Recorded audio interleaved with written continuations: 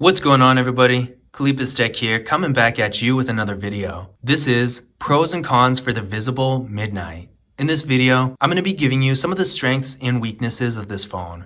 Now, if you want to learn more about this device, be sure to check out my full review and tips and tricks videos for it as well. And before we go any further, I do want to remind you to go ahead and hit that subscribe button. It helps out the channel a lot. But with all that being said, let's get into it. So my first pro for this phone is the battery.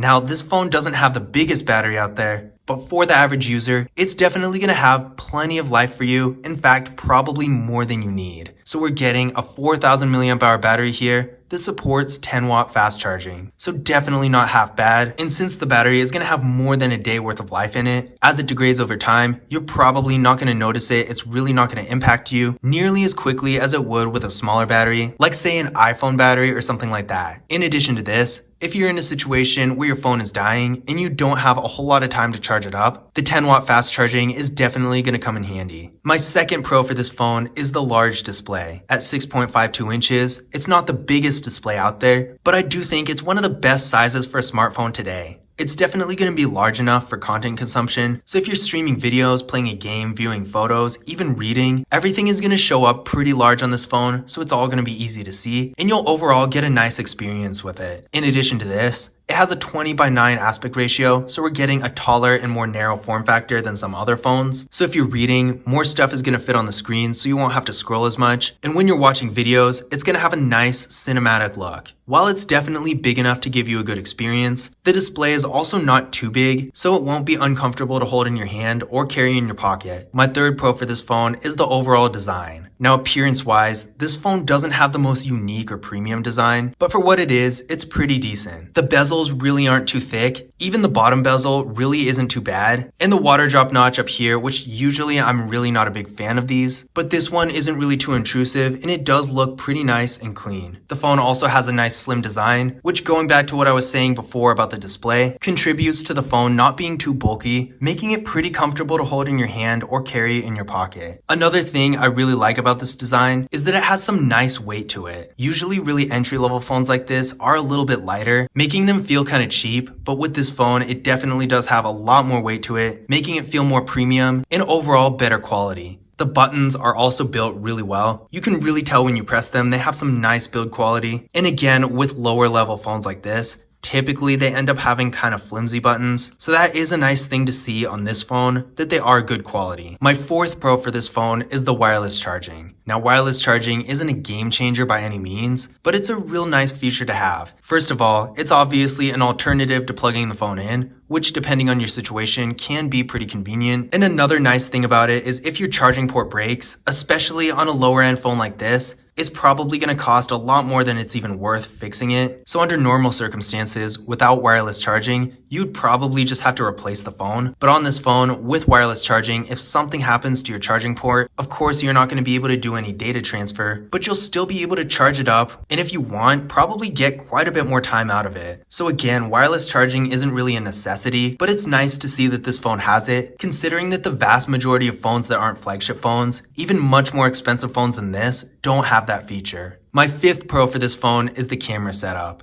On the front here, we're getting an 8 megapixel front-facing camera, which is actually surprisingly decent. And on the rear, we got a triple camera setup with a 13 megapixel main camera, a 5 megapixel ultra-wide camera, and a 2 megapixel depth sensing camera for portrait mode. All in all, for what it is, this camera setup is really good and it can take some nice photos. So these are a few photos taken with the main camera, and I would say they do look pretty nice. One thing I find especially impressive is how bright they are, because I've noticed a lot of phones in this price range end up taking really dim photos even in amazing lighting, most likely because their sensors are kind of weak. But with this phone, not only are the colors and details really nice, but it captures the lighting really well too. This is a photo taken with the ultra-wide camera. Now, I will say there is a little distortion here, but for the most part, it is a pretty good photo. More often than not, entry-level phones tend to have a macro camera instead of an ultra-wide camera, or no other camera at all. So it's nice that we're getting an ultra-wide camera in the first place with this phone. This is a photo taken with portrait mode, and it actually came out surprisingly well. It's a little bit dimmer than the rest, but that could have just been the angle and lighting and all that. So I would say that in general, if you're planning on taking photos to keep for social media or something like that, while this phone is not going to be anything near the level of $1,000 flagship phone, it still will get the job done. So now that we've gone over some of the good things about this phone, let's go over some of the drawbacks. My first con for this phone is the storage. With this phone, we're getting 32 gigabytes of internal storage with microSD card expansion. And yeah, this is an entry-level phone, and most of them do have this exact same storage situation, but I still don't think it's good. I mean, 32 gigabytes in this day and age really isn't a whole lot. To give you an idea of what exactly this looks like, I'm using 14.98 gigabytes right now, which is 47% of the whole storage, and I'm really not doing a whole lot with this phone. Most of that is taken up by the system, and the rest is other apps, which I don't really even have that many big apps on this phone, just Instagram and stuff like that. So you can probably imagine, with regular use, most people are going to go through 32 gigabytes pretty quickly. Now, if you're a really conservative user, if you don't really do a whole lot at all on your phone, you could probably just get away with putting a microSD card in here and calling it good. But if you're more of a power user, if you have lots of apps and stuff like that, sure, there are some things you can offload to a microSD card, but nothing really beats having a lot of internal storage on the phone itself. So if you are in that situation where you do think you're going to be putting a lot of things on your phone, you're probably going to want to look for a different phone that has more storage. I know it is tough to find phones in this price range that do have a lot of storage, but they definitely are out there. My second con for this phone is that there's no NFC. Now, this isn't really an uncommon drawback for an entry-level phone, but it's still a drawback all the same, because as time goes on, NFC is getting more and more important. In case you don't know what it is, NFC is the main technology behind contactless mobile payment services like Google Pay. So without NFC, you can't use that feature, so you're going to miss out on all the benefits of it. That is pretty unfortunate, seeing that in this day and age, contactless mobile payment services are getting more and more common. Now, obviously, if you don't use that, this is really not going to affect you all that much. But all the same, I do hope that in the future, more entry-level phones like this start to get NFC. My third con for this phone is the processor.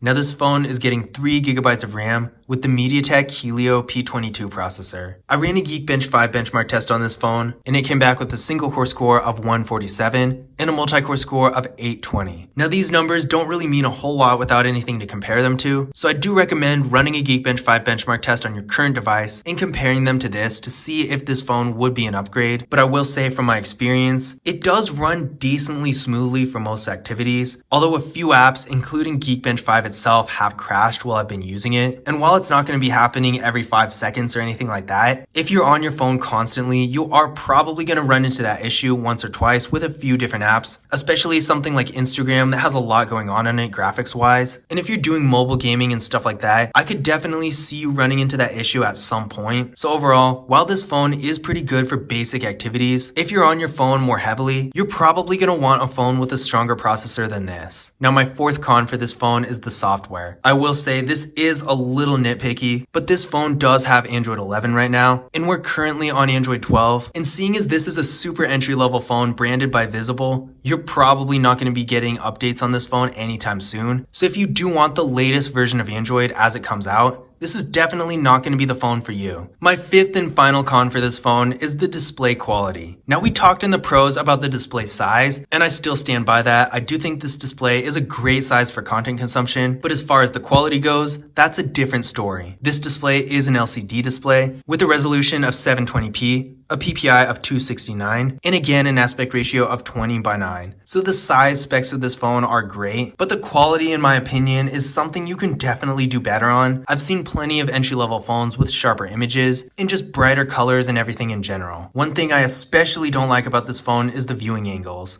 As you can see right here, they're really not that good. And while that's not going to be that much of a drawback if you're inside just watching videos or something like that, if you're outside, let me tell you, when you're outside in sunlight, the visibility with this phone is really bad, especially if it's super bright to the point where you have to wear sunglasses. That's definitely not a situation you want to be in with this phone. So if you're, say, outside taking pictures or something like that, it's not going to be the best experience. So as far as display size, this phone is great if you just want to do basic content consumption inside or something like that. But if you're outside, maybe taking pictures in the sun or something like that, there are definitely better options out there. But those were my pros and cons for the Visible Midnight. I would say overall, despite a few drawbacks that are honestly a little nitpicky, this is a pretty good phone that provides some great value for the price. Again, if you want to learn more about it, be sure to check out my full review and tips and tricks videos for it on the channel. But I hope you guys enjoyed the video, and I hope you found this information useful as well. If you did, don't forget to leave a thumbs up and hit that subscribe button. And as always, I will see you in the next one.